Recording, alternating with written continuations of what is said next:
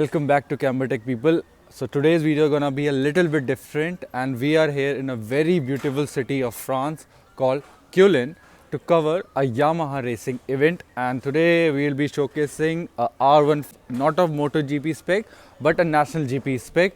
So stay tuned and let's start the video.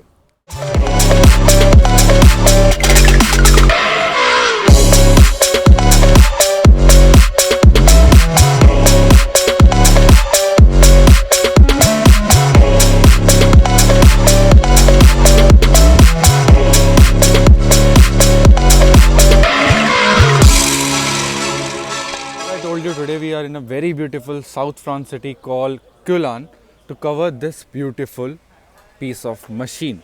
Now before wasting any time, let's straight away go to the specification of this machine. So this Yamaha R1 of National Grand Prix gives 260 horsepower at 18,500 RPM. Now this is totally insane. अगर आपकी गाड़ी है तो आपको पता होगा उस RPM gauge में कितना जाते हैं. This goes till 18,500. This machine is having a length of around 2 meters and it weighs 200 kilos. So it's not an easy task to handle this bike, and also it's a racing spec, not a normal highway bike. So let's start with the review of this R15. So in the front you will see all the batching, and the front is actually exactly the same as the normal R1, but you will find a different sleek tires which are only for the racing spec, not on the highway spec. This is a 17-inch tire with a massive disc caliper of 340 mm. So now these disc calipers are not the stock one. The stock one, the brakes comes with the Brembo branding. Now this is Ediworks, made in Italy, specifically designed for the racing spec. As I told you, it is 340 mm, which is itself is a massive size. ये actually छोटा tyre ही लग रहा है. ये tyre तो नहीं, लेकिन rim लग रहा है किसी गाड़ी का वैगनर या ऑल्टोस का. ठीक है, चलते हैं हम साइड में. In the side you will see the exact same 2 meter length, and you get different brandings of the sponsors. You get HP Motor, which is the main sponsor of this racing event. Carcassonne is another city in South France. Michelin, Canvol, and all the other sponsors. If you go in the rear end of the bike, you will find this again modified exhaust with some springs to reduce the damping effect while riding the bike. This is not the carbon fiber, just let me tell you. This looks like exactly the carbon fiber, but this is just hydroplating kind of substance.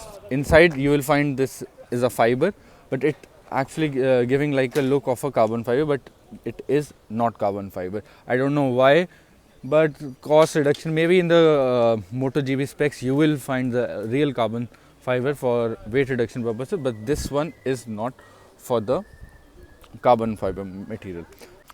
Now as I told you, these are the slick tires. Now a very common question comes to everybody's mind, like why these slick tires has a more traction than the regular tires.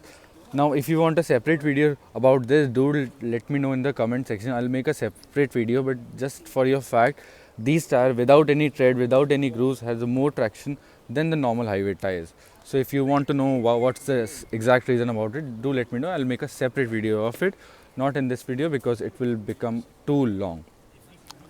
So now let's come to the other side of this R1. Now here you will see again the same specification, same layout as the normal highway R1, a rear end naked, a long sprocket chain. So let's straight away go to the rider's view, what actually a rider sees in a MotoGP or a highway national GP bikes. Now here you will find a lot of difference from a regular bike and a MotoGP spec bike. So here is the main control for the driver.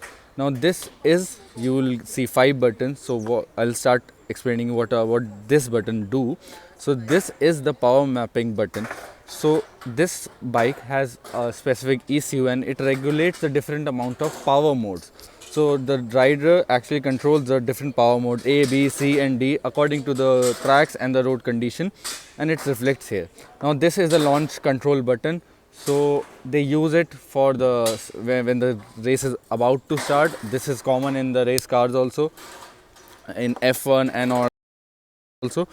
This is the fuel mapping. So sometimes you have to decide what type of a fuel mixture you want within the race, like a lean mixture or a rich mixture. So if you want to know more about these fuel mixtures, I'll make a separate video. Do again, let me know in the comment box. I'll make a separate video about it. Now this button what you see here is the engine braking button. Now you have seen about the braking, but what is the engine braking? So while in the race, when you are hitting the corner, you don't want to hit the rear brake, but you want to slower the rear end or rear tire of the bike, because if you hit the brake, the bike might get skid. So you control the engine braking, so it actually regulates the power in the rear end of the tire while not braking directly. It just reduces the power. So in all, your objective is completed and the power in the rear end get reduced, so that the understeer or oversteer condition doesn't occur and the bike doesn't skid. Now this is a very vital button you see here in the white. This is the pit button. So the moment you press this, there's a green light flashing, start flashing here, and the pit and the marshal crews get notice that okay, you are coming into the pits. These are the preload and the load condition compliers for the suspension system. So this is nothing related for the rider. This is the pre-race parts. These are the display. This is the regular display what you get, the RPM and odometer. This is the controller's display specific.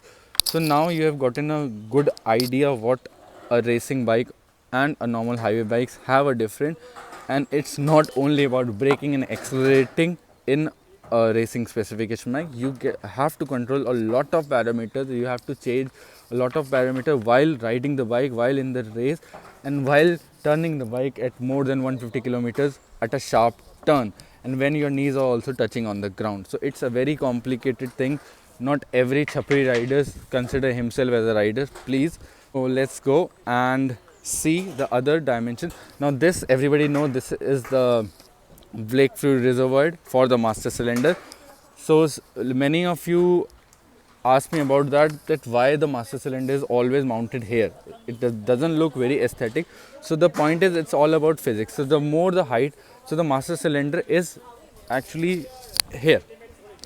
This is the brake line, so it's coming here. So the more the height is, the more the pressure cannot be exerted. It's a basic physics. So the idea is to keep this reservoir at the maximum height possible. So that's why in most of the bike you will find reservoir either mounted here or at the most highest point. This is technically the highest most point. You cannot mount it here. It will hamper the aesthetic of the bike. Now this is a very huge tank. This is a stock tank again, but this is 17 liters, but the fuel intake type is different.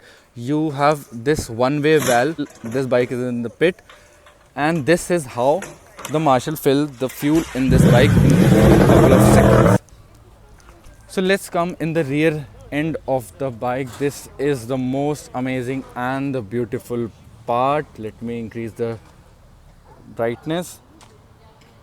Yes, so this is the most amazing part of the bike. Just see the width of the tire, and it looks like it's totally torn out tire, like it's बिल्कुल ही use हो गया है tyre, चिकना हो गया tyre. So it was a small walk around of this beautiful machine, and I think everything is covered. There's a branding for the racing bike number 57, and this is a specific driver's sticker. So he likes this sticker, so he has it on his bike. So if I get the chance, I will also include the driver's interview in this if he speaks English. Otherwise, this is the beauty, and we have a branding called Beauty Cars also. Everything is same, but the mind-boggling figures are 260 horsepower at 18,500 RPM. This is insane. So if you like cars, bike and all the related things related to automobile, do subscribe to Camber Tech. And if you like this video, please like and subscribe and share your love. Thank you. Have a good day.